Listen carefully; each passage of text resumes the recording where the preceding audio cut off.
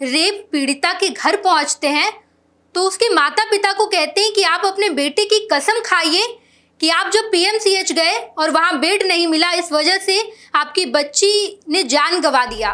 और एक रेप पीड़िता को बेड नहीं मिला तो इससे बड़ी बात, इससे शर्मनाक बात, इससे शर्मनाक स्थिति हो ही नहीं सकती। क्या इस सभ्य समाज इसे इजाजत देती है?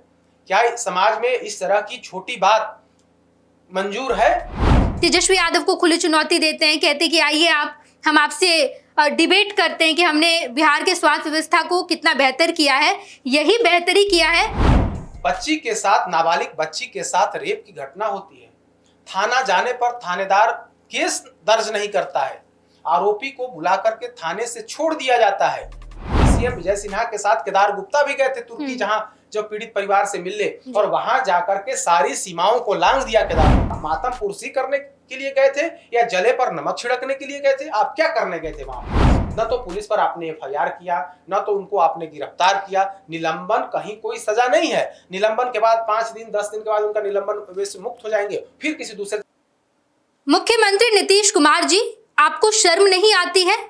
आपकी प्रशासन से लेकर स्वास्थ्य विभाग फेल हो गई है और उसके बाद उप मुख्यमंत्री और मंत्री का कारनामा देखिए कि जब रेप पीड़िता के घर पहुंचते हैं तो उसके माता पिता को कहते हैं कि आप अपने बेटे की कसम खाइए कि आप जब पीएमसीएच गए और वहां बेड नहीं मिला, इस वजह से आपकी बच्ची ने जान गंवा दिया। ये है आपकी प्रशासन, ये है आपके मंत्री, इस तरीके का काम कर रहे हैं। आज इसी मुद्दे पर हम बातचीत करेंगे और मुख्यमंत्री नीतीश कुमार की प्रशासन, स्वास्थ्य विभाग और उनके मंत्री के कारनामे को बताएंगे कि एक छोटी सी बच्ची, 11 साल की बच्ची, 31 मई को उसका रेप किया जाता है और जब उसके परिवार वाले स्थानीय थाना पहुंचते हैं तो वहां ये कहा जाता है कि तुम महिला थाने जाओ, और उस हैवान को थाने बुलाया जाता है जिसने रेप किया था, वहां से उसे छोड़ दिया जाता है। ये तो पहला वाकया हुआ। इसके बाद जब वो मुजफ्फरपुर के एसकेएमसीएच अस्पताल जाती है तो वहां भी अच्छे से इलाज नहीं होता है। खाली कागज पर उसके रेप पीड़िता के अभिभावक का हस्ताक्षर करवाया जाता है और उसके बाद पीएमसीएच में रेफर किया गया। पीएमसीएच का करतूत देख लीजिए कि वहां भी उस बच्ची के साथ इंसाफ नहीं हुआ, बेड नहीं मिला, घंटों तक बच्ची बाहर पड़ी रही और उसकी जान चली गई। और जब सरकार की भद्द पीटी है तो 6 दिन बाद उप मुख्यमंत्री विजय सिन्हा और उनके साथ पंचायती राज विभाग के मंत्री केदार प्रसाद गुप्ता, ये दोनों लोग पहुंचे मुजफ्फरपुर और वहां का कारनामा तो हद हो गया कि मंत्री जी पूछते हैं, कसम खा के बताइए अपने बेटे का कि क्या पीएमसीएच में अच्छा इलाज नहीं हुआ, बेड नहीं मिला, इस वजह से आपकी बच्ची की मृत्यु हुई। हमारे साथ हमारे वरिष्ठ सहयोगी विवेकानंद जी है। विवेकानंद जी, इन दिनों बिहार में जो भी कुछ हो रहा है, मुख्यमंत्री नीतीश कुमार अपनी पीठ थपथपाते हैं, मंत्री अपनी पीठ थपथपाते हैं, उप मुख्यमंत्री कहते हैं कि बिहार में सब कुछ बेहतर है, ये कारनामा किया जा रहा है, प्रशासन से लेकर मंत्री का ये हाल है। देखिए, इससे शर्मनाक बात तो कुछ हो ही नहीं सकती है। सुशासन की सरकार है और ऐसी शर्मनाक घटना, मतलब मुख्यमंत्री को क्या हो गया है? क्या हम इसे ही सुशासन कहेंगे कि जिस सुशासन तथा कथित सुशासनी राज में बच्ची के साथ, नाबालिग बच्ची के साथ रेप की घटना होती है, थाना जाने पर थानेदार केस दर्ज नहीं करता है, आरोपी को बुला करके थाने से छोड़ दिया जाता है, एसकेएमसीएच जाने पर वहां पर भी इलाज नहीं होता, और पटना पीएमसीएच आने के बाद तो हद हो गई, यहाँ पर उसे बेड यानी कि उसकी एंट्री ही नहीं ली, इलाज नहीं किया गया। और आज जिस तरह से नीतीश कुमार के कैबिनेट के जो मंत्री हैं, जो सहयोगी मंत्री हैं, केदार गुप्ता, उन्होंने तो सारी सीमाओं को लांघ दिया इस मायने में कि बताइए, पीड़ित जिसकी नाबालिग बच्ची की मृत्यु हो गई हो, जिसका रेप हुआ हो और उसके बाद इलाज नहीं होने की वजह से उसकी मौत हुई हो, और उसके माता पिता से कहा जाता है कि बेटा कसम खा करके कहो। क्या इस सभ्य समाज इसे इजाजत देती है? क्या इस समाज में इस तरह की छोटी बात मंजूर है? शायद नहीं, कोई इस शब्द को मंजूर नहीं कर स्वीकार नहीं कर सकता है, लेकिन केदार गुप्ता ने इस तरह की बात कही, वो वीडियो सामने आ गया है और सामने आने के बाद और फजीहत हो रही है। आप डिप्टी सीएम विजय सिन्हा के साथ केदार गुप्ता भी गए थे तुर्की, जहां जो पीड़ित परिवार से मिलने, और वहां जाकर के सारी सीमाओं को लांघ दिया केदार गुप्ता ने। हालांकि डिप्टी सीएम विजय सिन्हा को समझ में आई कि ये केदार गुप्ता गलत रास्ते पर जा रहे हैं, उन्होंने उस रास्ते से बचाने की कोशिश की, लेकिन तब तक तो केदार गुप्ता को जो करना था उन्होंने कर दिया और पूरी सरकार की प्रतिष्ठा को धूमिल कर दिया। तो यही सुशासन राज है। इस सुशासन राज से आप इसको जंगल राज नहीं, महाजंगल राज कह सकते हैं। जंगल राज जो बीजेपी रटती है कि पहले 1990 से लेकर के 2005 तक जंगल राज था और अभी सुशासन राज है, क्या हम इसे ही सुशासन राज कहेंगे कि एक मंत्री पीड़ित परिवार को कहता है कि आप बेटा कसम खा करके कहो, आप मातम पुरसी करने के लिए गए थे या जले पर नमक छिड़कने के लिए गए थे? आप क्या करने गए थे वहां पे? जब इस तरह की भाषा का प्रयोग करना था तो आप वहां जा करके उनका और मजाक उड़ा रहे हैं, पीड़ित के जख्मों को और कुरेद रहे हैं। तो कुल मिलाकर के जिस तरह से केदार गुप्ता नीतीश कैबिनेट के मंत्री, बीजेपी कोटे से जो मंत्री हैं, उन्होंने सारी सीमाओं को लांघ दिया।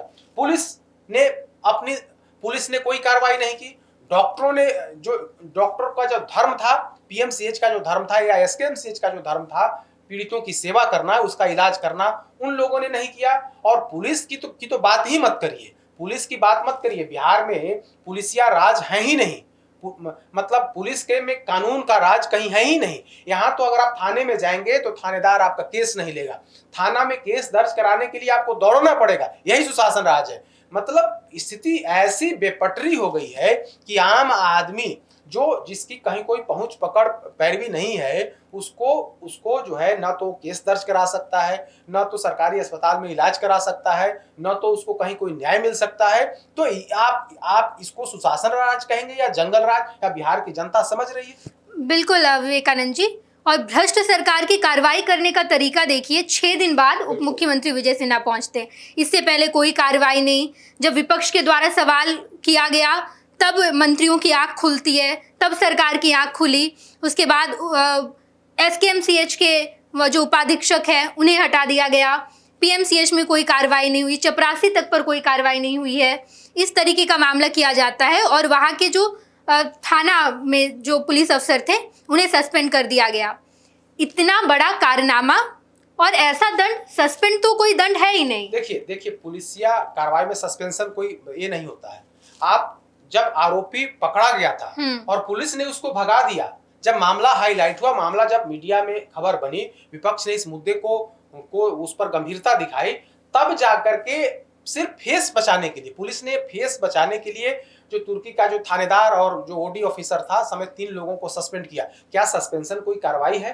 क्या जब उसने आरोपी को छोड़ा, जिस पर रेप के आरोप थे, उस शख्स को, उस युवक को जब छोड़ा गया, तो इस पे कार्रवाई क्या होती है कि निलंबित कर दिया। अरे भाई, उस पर मुकदमा क्यों नहीं आपने किया? मुकदमा दर्ज होना चाहिए था। जो थानेदार जिसने ऐसी गलती की, जो ड्यूटी में जो अफसर था, उसने ऐसी लापरवाही बरती, तो तत्काल उस पर एफआईआर, सबसे पहले एफआईआर उसी पर होनी चाहिए थी और उसकी गिरफ्तारी होनी चाहिए थी। अगर पुलिस वाला जब गिरफ्तार होने लगेगा तो स्वाभाविक है कि आम लोगों को न्याय मिलेगा, लेकिन पुलिस वालों पर तो कहीं किसी की पकड़ है नहीं।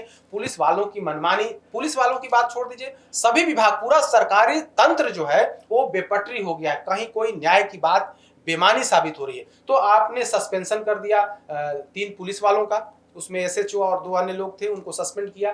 बाकी आप देखिए पीएमसीएच, एसकेएमसीएच के उपाधीक्षक को आपने सस्पेंड किया और पीएमसीएच के जो उपाधीक्षक थे उनको आपने सेवा से, मतलब पद से हटा दिया। सिर्फ उनको छुट्टी कर दी है, वे दूसरे डिपार्टमेंट में अपना काम करेंगे। तो क्या यह कार्रवाई हुई? किस तरह की कार्रवाई है? न तो पुलिस पर आपने एफआईआर किया, न तो उनको आपने गिरफ्तार किया। निलंबन, कहीं कोई सजा नहीं है। निलंबन के बाद 5 दिन 10 दिन के बाद उनका निलंबन वे से मुक्त हो जाएंगे, फिर किसी दूसरे थाने के थानेदार वो बन जाएगा। तो क्या कार्रवाई हुई उस पर? तो डॉक्टरों को निलंबित किया गया, एक डॉक्टर को निलंबित किया गया और दूसरे को पद से मुक्त। तो यह भी कोई कार्रवाई नहीं है। तो सिर्फ और सिर्फ बिहार की पब्लिक के आंख में धूल झोंकने, जिस तरह से विपक्ष बड़ा मुद्दा बना लिया था, तो उस मुद्दे की आक्रामकता को कम करने के लिए नीतीश सरकार ने कल 2 डॉक्टरों पर जो उपाधीक्षक रैंक के थे, उन एक को निलंबित किया और दूसरे को जो है सो पद से हटाया। यह कोई कार्रवाई नहीं है। कार्रवाई यही होती है, अगर ठोस कार्रवाई करनी थी सरकार को तो सबसे पहले जो आरोपी थानेदार है, जिसकी लापरवाही से आरोपी भाग गया और आज तक पकड़ा नहीं गया है, उस पर एफआईआर करना चाहिए था। और जो ओडी के ऑफिसर से जो उसमें ड्यूटी में थे, उन पर कार्रवाई होनी चाहिए थी और उसके बाद अन्य लोगों पर, सबसे पहले उसी पर कार्रवाई हुई, लेकिन कोई कार्रवाई नहीं हुई। निलंबित कर करके सिर्फ और सिर्फ केस बचाने की कोशिश नीतीश कुमार की सरकार कर रही। कोई यह पहली घटना नहीं है, इसके पहले भी कई घटनाएं हुई। तो सिर्फ जो अधिकारी होते हैं वो कहते हैं कि हमने निलंबित कर दिया किसी पुलिस ऑफिसर को, हमने एसएचओ को निलंबित कर दिया, हम जिम्मेदार, लेकिन निलंबन कोई कार्रवाई नहीं है। उस पर तत्काल एफआईआर होनी चाहिए थी। अगर एफआईआर हो तो स्वाभाविक है कि पुलिस वाले भी डरेंगे। तो पुलिस के आज की तारीख में पुलिस के शरीर से वो डर जो है, मन से भय खत्म हो गया। कानून का जो भय होता है, सुशासन का जो भय होना चाहिए था, वह भय खत्म हो गया है। तभी इस तरह की घटना सामने आ रही है कि कोई अगर पीड़ित परिवार या पीड़ित व्यक्ति थाने में जाता है तो उसको इंसाफ नहीं मिलता है, उसके आवेदन पर कोई कार्रवाई नहीं होती है और वह पीड़ित व्यक्ति वो जो है सो भटकते रहता है। बिल्कुल विवेकानंद जी, सवाल तो मंगल पांडे जी पर भी उठता है। मंगल पांडे जी को लेकर लगातार सवाल उठाए जा रहे हैं। वो विश्व का सबसे बड़ा अस्पताल बनाए, पीएमसीएच, खूब सारी व्यवस्थाएं हैं, लेकिन यही व्यवस्था है कि वहाँ एक बच्ची रेप पीड़िता जाती है और वहाँ पर उसे एंट्री भी नहीं करवाया जाता है। और देखिए मंगल पांडे जी कुछ जवाब भी नहीं दे रहे हैं इस बारे में, कोई सफाई निकलकर सामने नहीं आई है। बार बार वो हर जगह जाकर कहते हैं कि स्वास्थ्य व्यवस्था हमने बेहतर किया है, पहले क्या था। तेजस्वी यादव को खुली चुनौती देते हैं, कहते हैं कि आइए हम आपसे डिबेट करते हैं कि हमने बिहार के स्वास्थ्य व्यवस्था को कितना बेहतर किया है।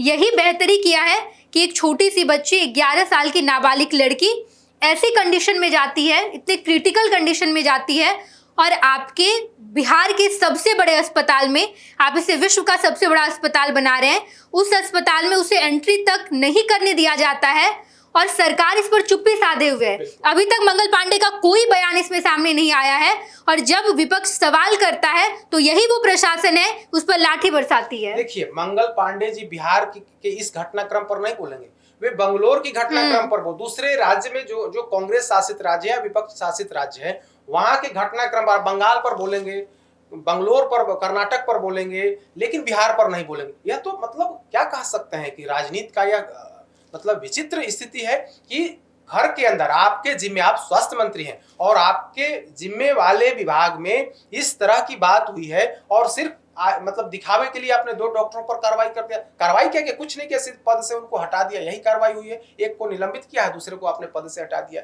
तो यह स्थिति यह नहीं चलने वाली है। बिहार की जनता समझ रही है कि बड़ा बड़ा बिल्डिंग बना देने से, मतलब लाखों करोड़ों रुपए या अरबों रुपए के बिल्डिंग बना देने से इलाज नहीं होता है, बल्कि व्यवस्था अगर आप ठीक रखेंगे, डॉक्टर अगर जिम्मेदार होंगे और जो डॉक्टर जिम्मेदारी का निर्वहन नहीं करते हैं उनके खिलाफ ठोस कार्रवाई करेंगे, तभी जाकर के इलाज होगा, गरीबों का भला होगा। सिर्फ बड़ी बड़ी बातें करने से, बड़ी बड़ी बिल्डिंग बना देने से, इस तरह की बात, उसमें सिर्फ बिल्डिंग बना देने से उसमें कुछ भ्रष्ट अधिकारियों को आमदनी होती है, इंजीनियर को आमदनी होती है, ठेकेदार को आमदनी होती है, उससे आम पब्लिक का क्या भला होगा? बिल्डिंग बना देने से, आप अनुमंडल में देखे जाएंगे तो बड़ा बड़ा बिल्डिंग बना हुआ है, अब तो प्रखंड लेवल पर भी बड़े बड़े बिल्डिंग बन गए हैं, एपीएससी भी बड़ा बड़ा बन गया, लेकिन इलाज होता है क्या? जिला अस्पताल, रेफर अस्पताल बन गया है, अनुमंडलीय अस्पताल की भी वही स्थिति है। अब तो मेडिकल कॉलेज भी रेफर अस्पताल बन गए, मतलब मेडिकल कॉलेज में आप जाएंगी तो वहां पर आपको रेफर कर दिया जाएगा पीएमसीएच, IGIMS या अन्य दूसरे जगहों पर रेफर कर दिया। तो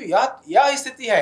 एपीएससी से लेकर के जिला अस्पताल और जिलों में जो मेडिकल कॉलेज बने हैं वहां की स्थिति यही है कि सिर्फ और सिर्फ रेफर अस्पताल बन करके रख गया। और पीएमसीएच ने तो हद कर दिया, विश्व स्तरीय पीएमसीएच को बना रहे हैं और एक रेप पीड़िता को बेड नहीं मिला। तो इससे बड़ी बात, इससे शर्मनाक स्थिति हो ही नहीं सकती बिहार की। बिल्कुल विवेकानंद जी, और मंत्रियों को देखिए इस तरीके का सवाल करते हैं पीड़िता के अभिभावक से, पीड़िता के परिवार से, और उसके बाद जब वहां पर उप मुख्यमंत्री विजय कुमार सिन्हा की मौजूदगी थी, उन्हें समझ में आ गया कि मंत्री जी दूसरे ट्रैक पर जा रहे हैं, हमारे सरकार की फजीहत हो सकती है, तो मामले को शांत किया। लेकिन 6 दिन बाद सरकार की आंख खुली, 6 दिन बाद मुजफ्फरपुर गए और उसके बाद अभी भी स्वास्थ्य मंत्री चुप्पी साधे बैठे हैं, नीतीश कुमार हाथ पर हाथ धरे बैठे हैं। प्रशासन पर बोलना तो बेवकूफ़ी ही होगी, क्या ही बोला जाए प्रशासन पर। इस तरीके का कारनामा किया जाता है और उसके बाद कोई एक्शन भी प्रशासन लेती नजर नहीं आई है। हम लगातार सवाल पूछेंगे जब तक इस तरीके की बच्ची, इस 11 साल की नाबालिग बच्ची या इस तरह की किसी भी बच्ची को न्याय नहीं मिल जाता। हर सवाल मुख्यमंत्री नीतीश कुमार से, बिहार की प्रशासन से और बिहार के इन तमाम भ्रष्ट मंत्रियों से होगा। पनोरमा ग्रुप, जो सोचता है वो करता है। आपके अपने सपनों का आशियाना। ये लो मुंह मीठा करो, आज मैंने अपना जॉब छोड़ दिया। अब हम पूर्णिया वापस जाएंगे। जॉब छोड़ दिया है? मतलब ये घर कैसे चलेगा? हम करेंगे क्या? और माँ बाबूजी क्या बोलेंगे? इसलिए मैं एक और मिठाई का डब्बा लाया।